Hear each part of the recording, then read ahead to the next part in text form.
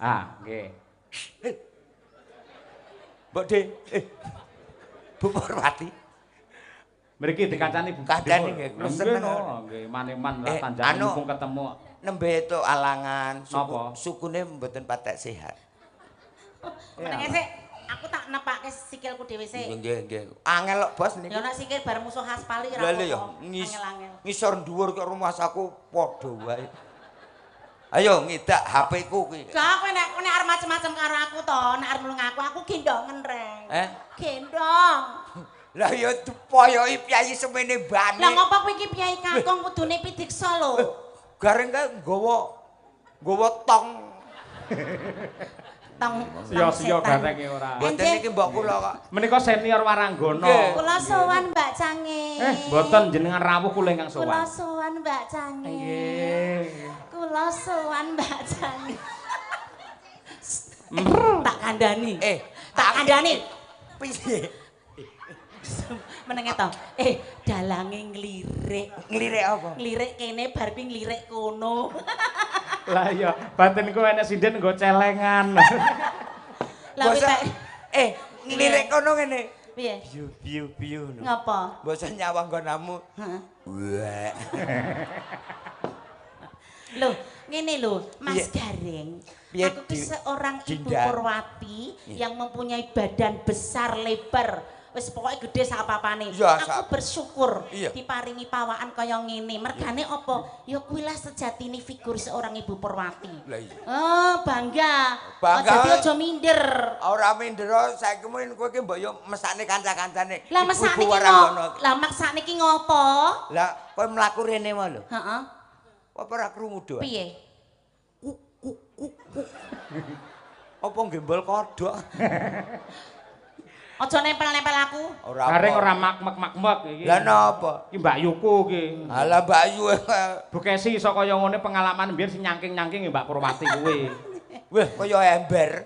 Loh, paribasane. Seperjuanganku tenan diajengi Waro Sukesi iki ya Allah. Anggere enek Purwati, enek Sukesi. Waduh, panggung iki kaya horeg ya, Dok. Jaman biyen. Ning alhamdulillah Waro Sukesi sak menika sampun sukses dalam hal apapun, karir sukses semuanya pos dalem iki ngendi-ngendi enek. Ngendi-ngendi bangun dienggo pesanggrahan. Aduh. Aku ki lho arep suci.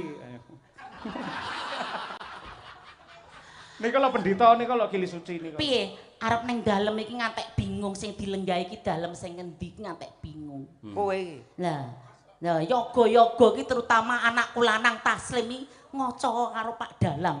Omahmu kudune iki mbok kok ngendi-ngendi ya? Nggih. Lah omahe ngendi-endi bojone ya mung kowe uli bergetek. Ayo kuwi kalah karo bojone. Sapa? Taslim kuwi. Kalah apa? Wedi karo bojone. Wong nek arep turune kita nyuwun sewu ngono ki dadakan. Ngono kuwi ta? Iya. Asrin. Anjih, Mbak Cange. Nggih. Dalu menika warga masyarakat Pelok Sari. Pelok Sari. Nggih, menika ngawontenaken bersih desa. Leres. Nggih, dangu sanget mboten ngawontenaken hiburan Ringgit Purwa menawi campur sari sampun makaping-kaping. Mugi-mugi sedaya keluarga Pelok Sari senting lan sak kiwa tengenipun manggih ayam tentrem, tanem tuwuh subur anggenipun makarya nggih diparingi lancar. Mugi saged benjang entah itu 1 tahun sekali, 2 tahun sekali bisa Ringgit Purwa lagi. Amin. Amin. Ya tidak lupa ndongake Pak Diyatno. Nggih. Mugi-mugi Pak Diyatno diparingi kesehatan, diparingi panjang umur, ken tetep sembodo terus nggih Pak De. Kula soale iso ngendikan ngeten iki, aku ki ya wis dilunasi anak-anakku ndek bengi wis campur sari ning kene Mas. Matur suwun sanget karo panjenengane. Ngapunten le Pak Yatno, kula wau dulu kanca-kanca pun campur sari ten mriki ngapunten kula. Lah ngopo? Nyuwun pangapunten sanget kula wau dalu mboten saged sowan. Lah ngopo? Tanggapan pisan. Ora enek sing ngekon. Kula tak anu mawon, Mang sing supayanipun warga mriki ayam tentrem kanca tani. Wah, rasipun pelok 6. Kanca-kanca. Kanca tani. Bersama kanca-kanca. Anggo bawa ora? Ya dibawani. Tintingane. Pelok 6. Kowe iso bawane? Iso. Aku mau ngabani tok. Ya kanca-kanca kencetane. Aku nyuwun kene anakku lanang Taslim. Maju ini. Gareng kira jegos. Ya kok gentenan karepe gareng. Anakku lanang Rajamala. Waduh. Sopo? Sopo? Joko. Joko. Kuwi kancane ngangkring kok kuwi ora nggih. Lan menika nggih ingkang rawuh saking Polsek Sambi. Nggih. Nggih, ugi rawuh. Nggih. Aku mau tekone telat dadi niki mboten pirsa sedayanipun. Sedaya pokoke saking Koramil, saking Bapak Camat. Matur sembah nuwun Bapak. Muspika ngono. Ya dan Ramil. Sampun. Bapak-bapak Muspika rawuh. Nggih. Nggih. Musyawarah pimpinan kecamatan. Oh. Ngono. LPKI apa nduk? LPK. Lembaga Pelatihan Khusus. Kok meletik men. Loh, aku sing ngandani kayak Anakmu disekolahke, anakmu sekolahke ning kene. Heeh. Ya. Urung, engko arep tak daftarke. Muga-muga permintaan tenaga kerja yang dari Indonesia untuk Jepang. ke Jepang semakin tambah banyak lagi ya Pak De. Amin. Amin. Allahumma amin. Amin. Monggo Mas Taslim. Mas Taslim didhawuhi oleh tante lho, ayo. Ora tante. Ki nek Taslim karo aku ki simbok. Oh, simbok. Simbok De. Biasane ki nek petuk simbok salaman terus ngambung tangan cipika-cipiki pipiki wetenge ngono. Ya, ya. kene mangga. Ngapunten Pak De, nyun anu mergine nggih. Duduk.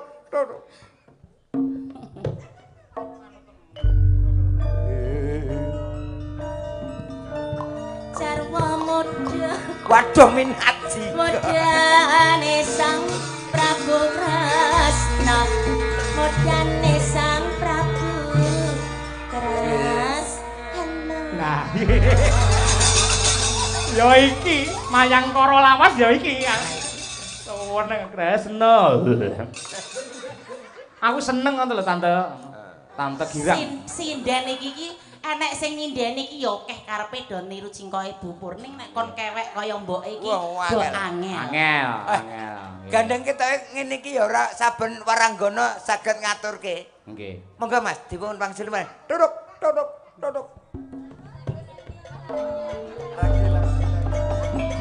Monggo Ndara Kakung, Ndara Putri. Sutengendra Brajane Sri Pomantara Brajane Sri Pomantara.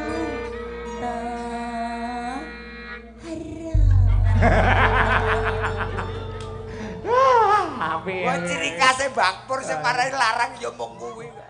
Iya. Apa sewengi mantaraman terus pe? Lho mboten mataraman tok. Nggih. Iki rasah meri iki ning dinggon ora mung ning kene tok. Nggih. Iya ya wis. Mas Taslim kesenengan jenengan nambung ngono iki. Pengen apa piye? Mboten. Pengen apa piye? Kasih. Rene yo tak ambung sih. Ora apa-apa, ora sadem panas.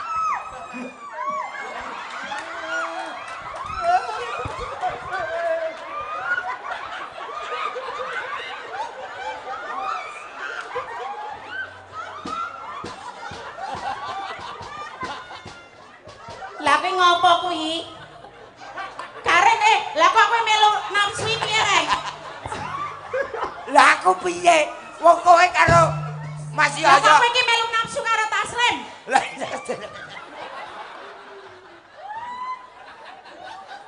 Ya Allah le bagus-bagus kok malah kaya buta puno kaya ngono.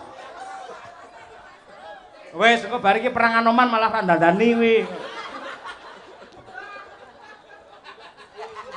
Sek sore wing rusak dagangan ora. Kurang ajar ki. aku kangen. Aku kangen tenan aku. Tenan aku karo kowe iki kangen. Seekor gerak. Mas mau ora sadar lho. Lo tak miso ya, Mas?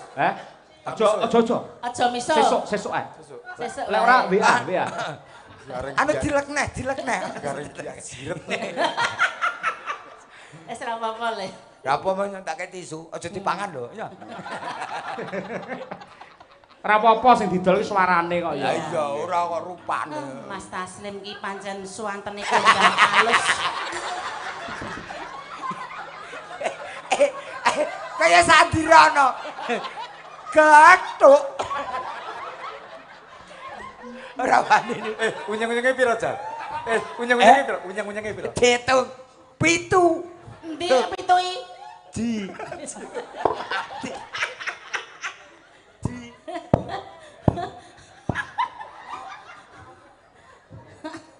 Gelem-geleme to le, rasa gagas gareng ayo bawa. Ora ngajar kuwi. Piye, Mbok? Kowe rada rene. Tak goleki bahan ben lucu. Tak palangi, nek arep wani ngamuk men karo aku. Tak kempite. Aku nang ngambung kowe entuk dhuwit iki.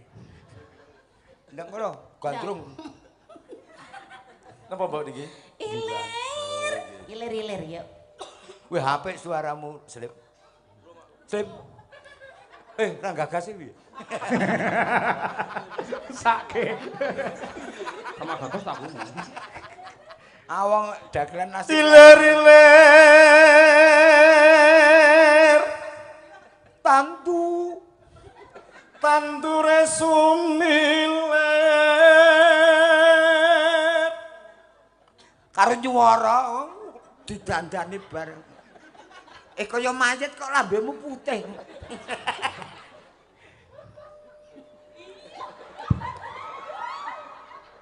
Kowe iki ngopo? Lah iki Taslim ya kaya ngene iki sisan raimu sing. Ya aku mau genah kangen kowe ambung-ambungan karo Mas Yoyo. Lah aku ngambungke nek masalah sebab aku. Lah aku duwe salah apa karo kowe kok ngusir. Aku ngewangi anakku. Alah ngewang-ngewang ngono ndak bawa. mau ngambungin aku. Wis sadarene. Apa ora beneran. Kanca tani kang padha makarya bacutno lah gamblahe bacutno ta bacut sing bacutno Wis ora ayo. Sing dikon kowe kok Ayo kowe takon saiki gentenan. aja dadi atimu Piye? Slim ngundak aku ngendih Tegal sawahmu. Allah. Suaramu ki lho karo Mas Taslim renek sak petite tok. Aku sepentinge teko kok. Dagelan apike kok ngopen ra teko wong iki sing penting teko. Ha iya. Oh, tenan aku umpama reneng kene tak kempit tenan kowe. Aja lho, Mbok. Ya, Mas. Wis iso nyeluk iki, Mbok. sinawung lajaring Kalih. Kowe ora ganggu to, Reng. Kowe kon ndelik sik nang nggon anu kono. Cak bunang kono sik. Kah lho nduk kono cek ketok. Lah, Reng. Aku tak ngeyup ning terase. Teras Ojo. endi? Reng. Ser kene iki teras. Ada gitu ya. Teras iki. Mosok teras. Lagi Ya nyerek-nyerek keling gender ki pian jare. Wis jan. Galvalum. wah iki persis kaya ning pawon. Gak iso. Lagi nyugokne geni adang. Dadang. Maksudmu piye? Dek kowe parep ora no? Kowe kaya dandang sabruk. Ade Yatno, aku dioleh-oleh. Alah salah aja ngandakne to engko arep dibayar. Lah kowe Pak Deku kok. Ya sugih kok dipek. Lho, ora ngono. Aku srawung panjenengane Pak Yatno ki udakara wis enek saka 20 taunan. Rungokno Reng. Nggih, matur Dadi nuwun. wong liya ning mancing dadi seduluran apik, sedulur sing becik. Becik. Pak Yatno ya. Heeh. Kuwi iki jek sedulurku ya. Pak Yatno iki lho ketemu pirang perkara kok. Aku mau salaman. Terus Saudara siapa? Loh aku saudaranya. Kowe karepe iki takon kowe sapa ngono lho, Reng. Oh ngono to. Dadur aku diaku sedulur. Oh, ora kanggo lek awakmu. iki ya ngeten Mbak Cange, nyuwun pangestunipun. Ngeten Muga-muga anakku lanang Dik Willy anggenipun kalau wingi mentas mawon ijab. Oh nggih. Sampeyan kan teng Jepang to? Nggih, bar ijab kok esuk terbang ira ya. Iki syukurane dereng. Mangke kula sampun pengantuk dawuh. Mang gregek mawon. Mpun maupun dawuh. Mang tlateni sowan tendalem Pak Diyatno. Nggih. Kula niku dadi sedulur mengko tak tlateni sowan tendaleme terus. Nggih. Kaya aku duwe campur sari anak wong meceli kayu tak tawani. Arep ndok gawe to, Lek? Sampeyan campur sari nggon aku arep tak ngobong boto. Ya Mas, ya. Ono Parine lemulamu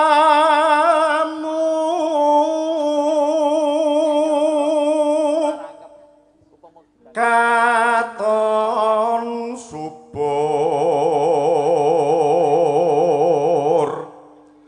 nyenengke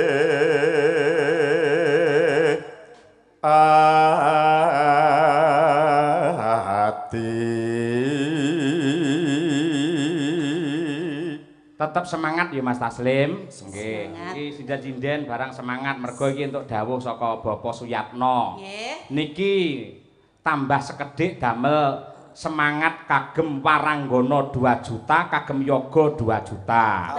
Mau nggih WA sampun WA Mas Dalang sampun kula aturi ngoten. Nggih. Pak Diyatno ki lah tenan paribasan to.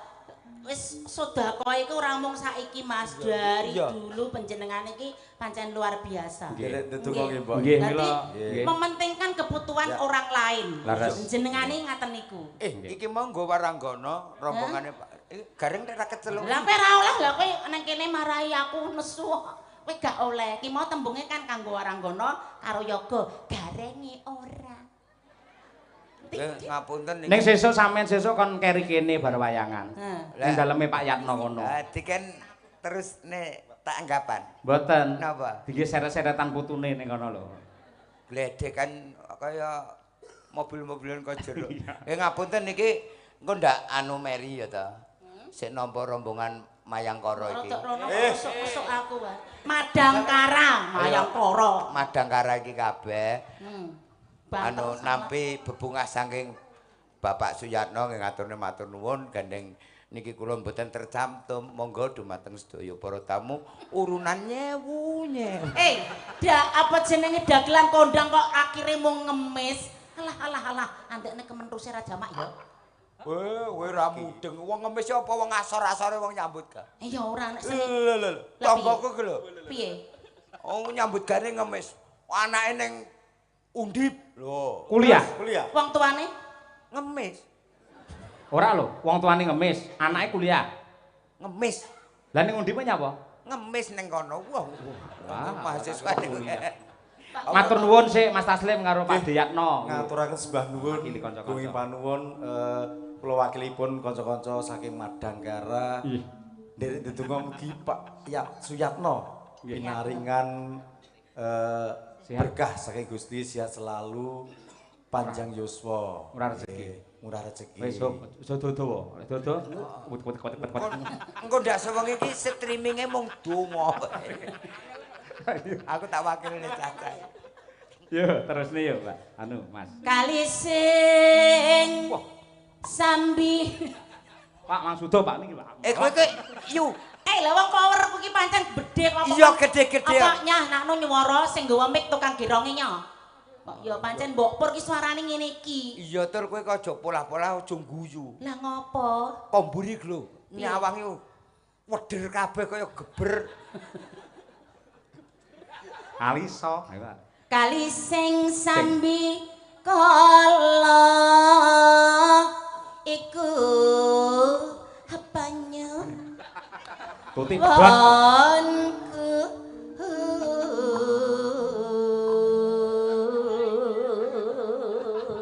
Apik lho bawa diperagake ya.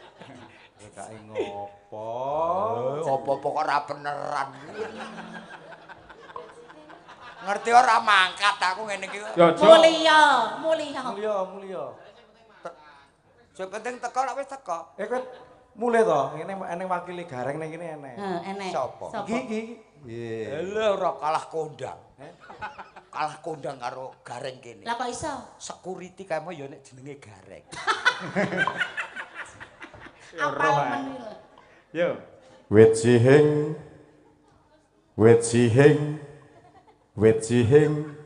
Gusti kawula kanca tani lambene jeplak terus yakti saka guru negeri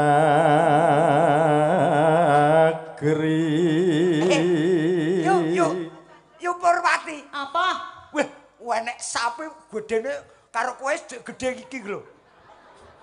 Tenan. Endi? Lha iki lho. Sapi apa? Sapi tank. Pancen garinge jumbleng kok ora. Tak kira kene sapi gerum tenan mosok kok sapine digerumke ning kono. Enek pralone. Hoga petenge.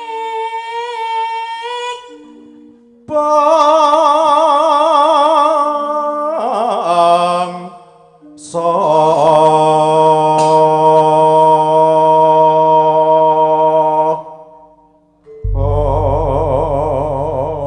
banter kabeh wong.